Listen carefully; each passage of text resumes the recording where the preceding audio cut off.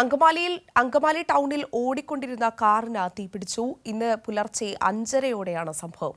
ക്യാബിനിൽ നിന്ന് പുകയുയരുന്നത് കണ്ട യാത്രക്കാർ ഇറങ്ങിയോടുകയായിരുന്നു. വിവരങ്ങളുമായി അർച്ചന കൊച്ചിയിൽ നിന്ന് ചേരുകയാണ്. അർച്ചന, വലിയ അപകടം തന്നെയാണ് ഒഴിവായിരിക്കുന്നത്. ഇപ്പോൾ നിരന്തരമായി ഇത്തരം വാർത്തകൾ കേൾക്കുന്നതാണ്. എന്താണ് സംഭവിച്ചത്?